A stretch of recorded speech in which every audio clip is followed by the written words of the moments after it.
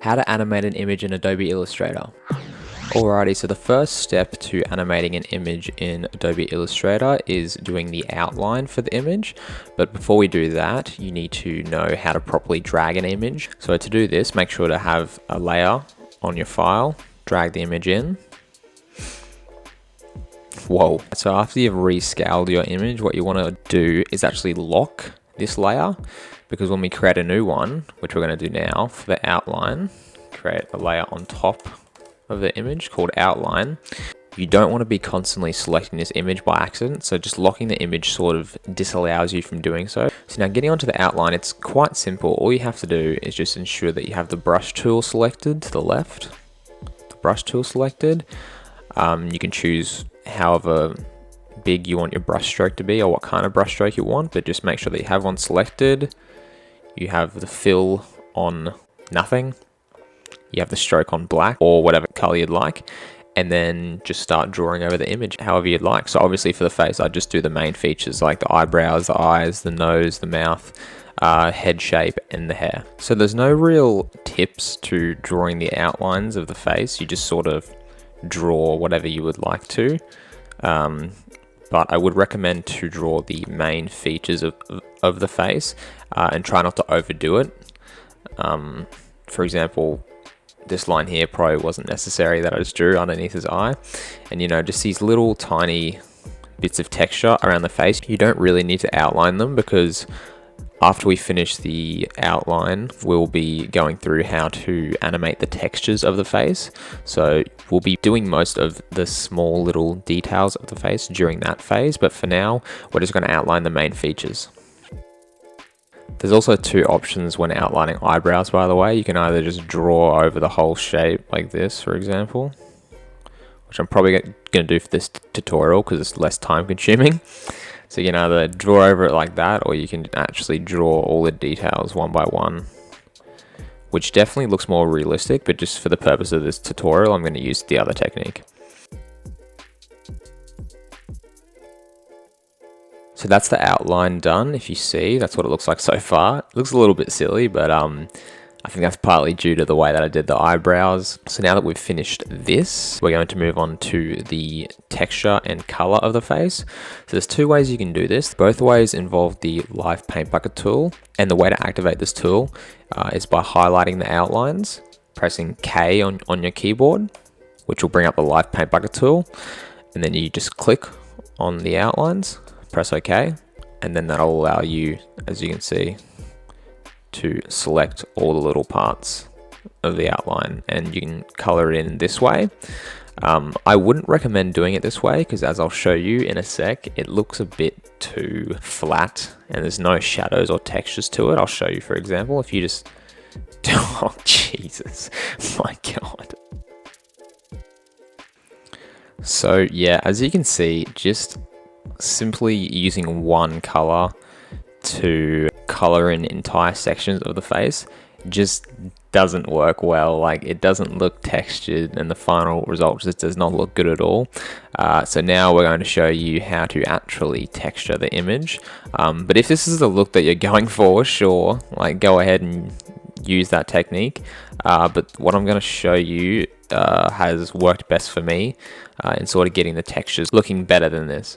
So in order to have nice textures on the face and color the face in properly, what you want to do is create another layer, and you want to place that layer underneath the outline.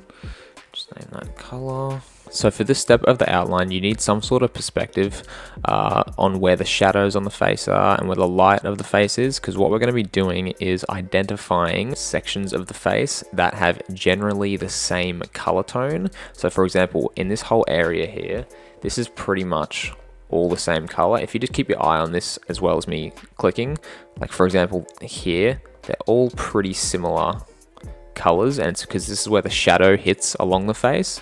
So what we want to be doing is just drawing around these sections of the face that share a similar color tone, and we just want to create a barrier around them so that after we've finished creating these barriers, we can use the Live Paint Bucket tool to actually fill in these barriers, which will create an overall texture on the face, which will just make it look a lot better than it would have beforehand. Once again, before coloring, make sure to lock the outline layer so that you don't accidentally select them.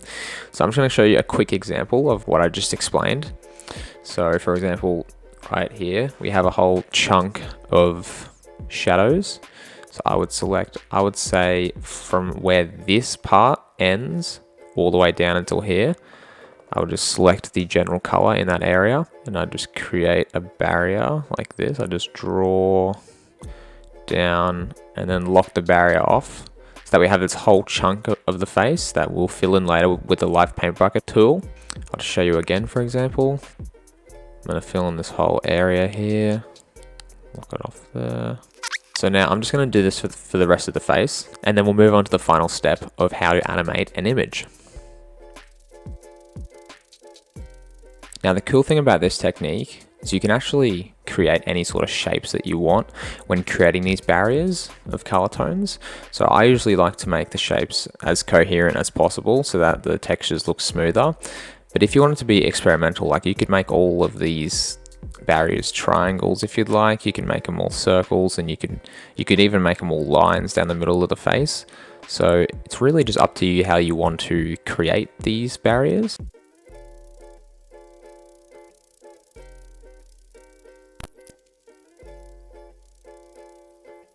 Alright, so after you've done creating the barriers of the different color tones on the face, it may look a little bit terrifying from this angle, but if you look up in the corner, you can sort of see from a distance that the image is starting to come together a little bit. And instead of just pressing K and selecting this selection, it's actually better to go to the object panel and click expand appearance. And this is just because we have 2 layers and it just makes it a lot easier when coloring in during the process. So after you've expanded the layer, you want to highlight again, press K, click to make a live paint group. And then now all you have to do is just color in the sectioned areas.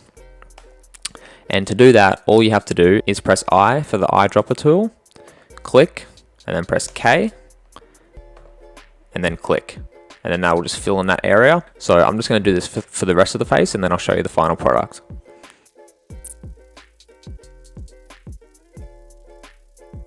Alrighty, so here's what the final product will look like.